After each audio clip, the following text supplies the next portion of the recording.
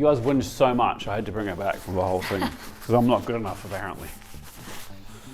Yeah, fair enough. Hi, Caitlin. Hi. Hi, how are you? Good. Thought I got rid of you, but clearly. No, the I'm people- back. Back for the. Well, actually, I asked Andy to make crispy skin salmon because that is what I feel like. So that's what we're doing. And what are we serving it with? What are you serving it with? Just a little white bean, kale. Not really a salad, I guess. Not really a casserole. Stew. Pretty simple stuff. The idea is it'll cook in the same amount of time that it takes to cook the salmon. Okay. So tips for getting crispy skin salmon? Tips for crispy skin salmon: make sure it's dry. So it's dry. Pat your skin dry, and then season it. It's kind of, you don't really want it to like sit in the salt for too long either, like you would like dry brine something. You can, but then you need to make sure you pat it dry again as well. You can use a stainless steel, a carbon steel, a cast iron pan. I prefer to use stainless steel. Get it really hot? No. Okay. So I think the caveat to this, I thought this earlier, is that there is like at least half a dozen ways to do this. So if you see anyone on that line online that goes, "This is the only way to cook crispy salmon," I'm probably guilty of saying Yeah, that mate, you've myself. probably done a video like that. It's kind of not true. There's the cold pan method. There's like a really hot pan method. But I think the real trick is not moving it at the start.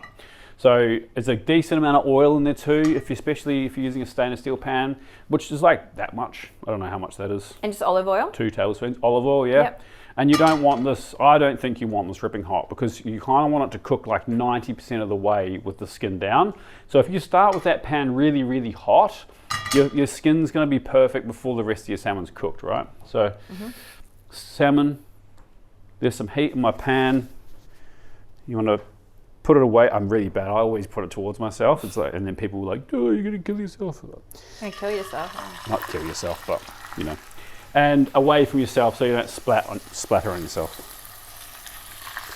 Okay, simple. Give it a few seconds. You see that there? It just went whoop. And that's the skin like going, tightening up. That's fine. Do you want that or not want that? Yeah, it's fine. It's fine? It's going to happen. Okay. But you're going to control your heat now, right? So gentle push. I've only seasoned the top, the skin side. So I'm going to season the flesh side now. Okay. I'm going to turn my heat down to like medium low. We're going to control this heat now. And then we're going to put a press on top. What that's going to do is just make sure that there's lots of contact with the bottom of that pan and the skin. Don't be scared, it's just a little bit of hot oil. Spitting. You'll be fine. Okay, and if you don't have a press? Another pan will work. Just be careful. The only issue with the other pan, that's hot. Didn't realize that was on. The only issue with another pan is that they're not an even heat. So yeah, just destroyed my finger. Don't touch the bottom pan. Don't pick up a hot pan. Are you okay? Yeah, I'll be all right. Okay. Chef's hands. Chef's hands, yeah. Literally touch the bottom of a screaming hot pan. Yeah, you turn that on at the start. Yeah. Okay. All right. So, and then to start the braise, you're going to get another pan really hot, like I just have done there. We're going to saute some shallots, a little bit of garlic, kale, and then I've got some butter beans that we'll toss through at the end. A little bit of chicken stock. You could use veg stock. Doesn't really matter, but I like using chicken stock. So the salmon's all that sensory, making sure that you're not overcooking the skin too fast, because if you do it too fast, the rest of the fish isn't going to cook evenly. So I can see now it's cooking a little bit fast for my liking. Just going to turn the pan down a little bit. Okay. And if you don't want like salmon, what you can do this with any fish, any of the snapper varieties, trout, mackerel, harpooker, kingfish, any of those stuff will work like that. Will work well like that. Okay. Yeah. So it's got like 3 shallots here that I'm just going to slice. We're keeping these nice and, I guess, chunky. I don't want like a fine dice. I want to kind of see my shallots once we're finished. And then I got some garlic as well. So a bit of oil in my pan. That is very hot now. There you go, that's how hot that is. So your poor finger. I know. I'll survive. Get those shots in there quickly. Cool the pan down a bit. Pinch of salt. Get those going. You got any questions for us? Yeah, absolutely. So, someone just mentioned run the Jules fan, question mark. Yes. That was in a previous video. Yeah, what have we got today? Oh.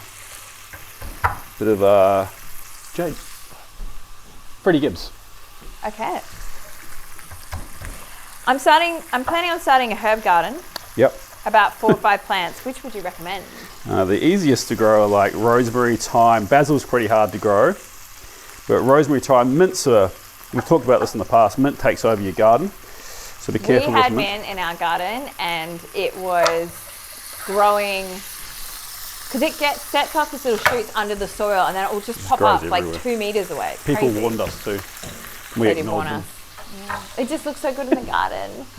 But I'd go thyme, rosemary, flat leaf parsley, and then go something like that you struggle to get in the supermarkets. So, like I always have tarragon because sometimes you can't get tarragon, or like fresh oregano, or bay leaves if you've got enough space. Bay leaves are kind of like a tree though. But yeah. They don't get too big. Well, ours in our garden doesn't get too big yet. But I think basil is nice to have on hand, but it's hard to grow. Can be hard to grow. Yeah. Do you ever cook your country's exotic animals such as kangaroo or emu? We're doing kangaroo this week actually, but not heaps of it. No. Yeah. No. Kangaroo's good. Kangaroo's good. You don't see it too Emu's much. pretty gamey. But... I don't know if I've had emu. Oh? I don't think I've had emu. Do you use different types of rice for different styles of cooking? Yes, absolutely. What are the common ones you use? So I use jasmine most common, but that's because I cook a lot of like Southeast Asian food. Okay. And then basmati if I'm cooking kind of Indian or Sri Lankan food or anything like that. Or like doing biryani or something like that. Just for your finger? Yeah. What else? Arborio if I'm doing risottos. Mm-hmm. Those are the main ones. Yep. Feel good? Yeah. Feel better? It doesn't hurt if it's cold. No, instantly. Instantly gone. Yeah. Until you take it out and then you slowly feel that heat coming back. This is, it also stops the blistering so bad as well. So. Was it really bad? Yeah, it's pretty bad. Okay. Yep. That's not good. My skin is still there, so it's fine. Okay, all right. Can you tell us more about the Weber gas barbecue? I would love a review. Yeah, it's good. It's a Weber Genesis.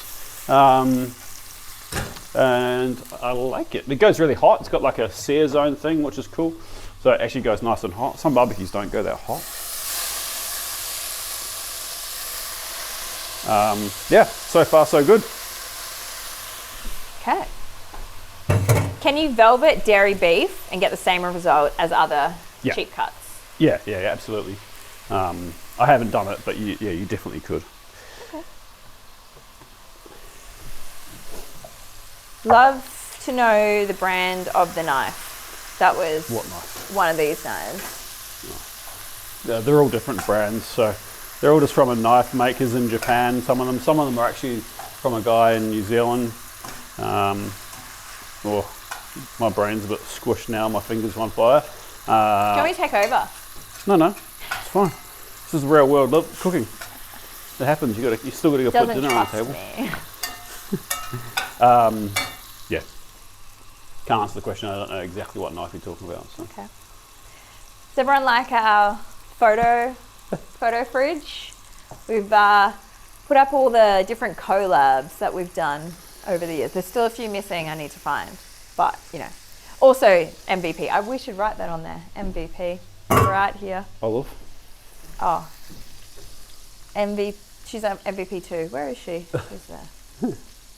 Why didn't she get further up the line? What do you mean? Oh, it's just as I had printed them. Caitlin clearly had a favourite dog. Don't say that. Yeah, most valuable player right there. Yeah, fast asleep. Do you have a Sharpie here? Sorry? What are you doing? I was looking for Sharpie. Why? I don't have one here. Yeah. So you can see the salmon's pretty much, you can see it's cooked all the way through on this side. It won't be fully cooked in the middle.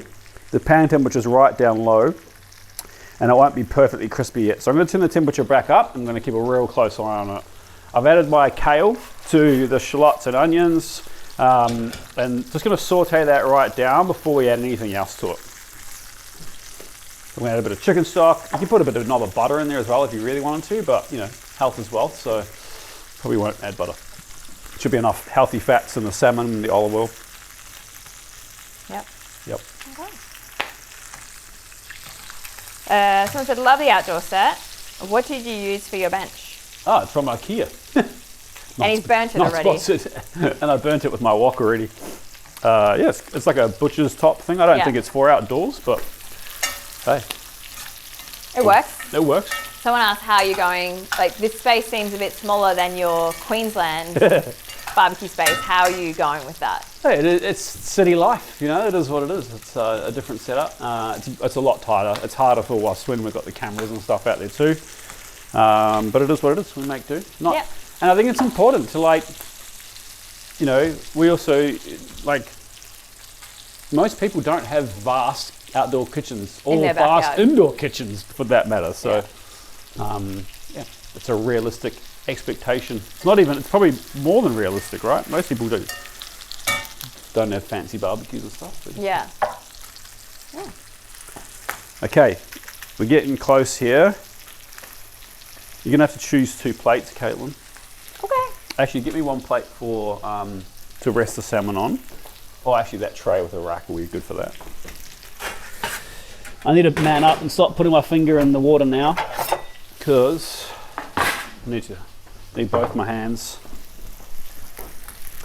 So we can see here, I reckon my skin's good to go, and we're almost cooked all the way through. We're probably 80% done. I'm going to turn that down a bit. Kale is looking good. I'm going to add so these are just like big white beans, and they go. And then we have some chicken stock, which will just bring it all together.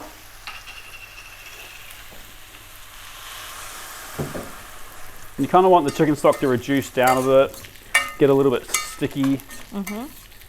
So we've got nice high heat still, add a bit more. You put lots of fresh herbs through that. Okay, let's have a look. Now, usually I'd use my other hand to help me get this out, but I don't really want to put it next to the heat because it'll hurt. So I'm not going to. So the trick of this is you need to get a bit, find a corner, and then just lift it up. So you don't want to like push under.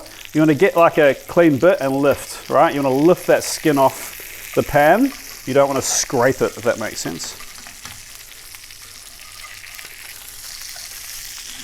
Make sure it's completely free before you try and flip. And be careful because there's all that oil in there. I did a bit of a poor effort of that. Once you flip it, the flesh side will stick, so I'm going to have to be brave and use my fingers.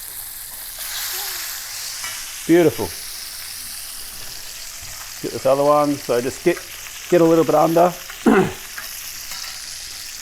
and lift. Under and lift, see, and then it just kind of will come up, just like that. And if they're too close to each other, the proteins will kind of make it stick to each other too, so just be careful of that. That's what happened at the end bit there. Those 2 pieces are a bit close to each other and they're stuck. Cool, that doesn't need much longer. Haven't turned the temperature up at all. We're just going to let that kind of warm through that underside. You're going to put this on the high heat to reduce our stock a bit quicker. Smells good, smells fishy. In a good way. Thank you for clarifying that. Good smelling fish. Oh, look at that skin. There you go. We'll do the obnoxious food creator thing. Lovely. So we just need this to reduce a bit. And you could put some hard herbs through that, some soft herbs through that. You could like season it with some like paprika if you wanted to, or cumin. But I think just like that's nice. I just want that to reduce a bit. Okay. Can we? Trying to see my fingers. Can't see. You know when the skin goes tight and shiny like that, you've done some damage. Yeah. Got any other questions from me while I wait No. for this to reduce? No. No. I don't. That was it. Okay, cool. Well, And we'll just stand here. we'll just big week this week for us. We got a pop-up at our friend's restaurant Bessie's. Yeah. So Morgie, Nathan, and Sally, their restaurant Bessie's. So did a menu collaboration with them, filming a video about that. That'll be fun.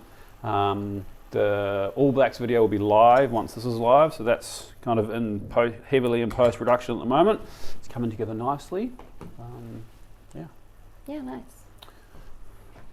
Very exciting. Very exciting. I found a spoon. Do you know what's scary though? What? It's 8 weeks till Christmas? Yeah, I was literally about to say that. That is pretty scary. Yeah. That's It's just so kind of scary. crazy. It's crazy that we've almost been here for a year. I know, that's That mental. went way too quick. Mental. Duh.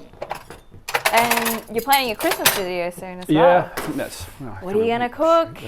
Ooh. What are we gonna get this year? Ooh, I don't know. There we go. Some beans. Yum. What are we going to call this video? Crispy skin fish in 20 minutes? Yep. The only way to cook crispy skin Yeah, fish. literally. And then you can laugh. Actually, probably should do that. It'd be funny. Bit of lemon zest in that would actually be really nice. Ooh, yeah. Do we have any lemons in that fridge there? Yep. Right. Maybe you can help me. Do we have a zester here?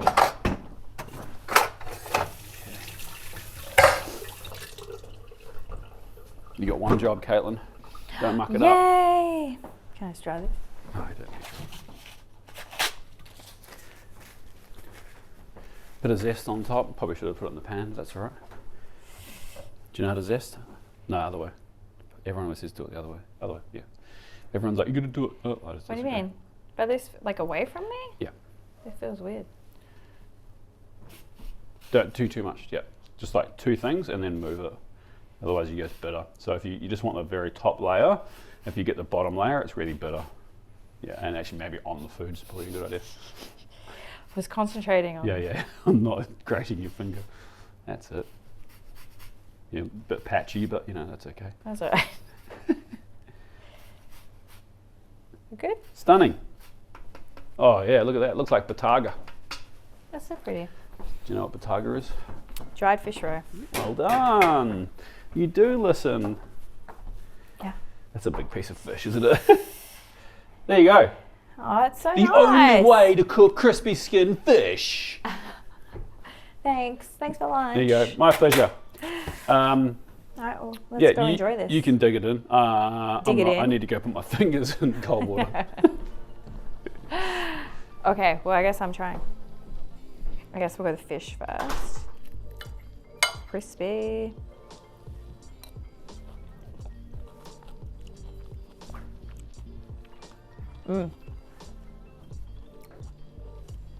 That lemon zest definitely added to it.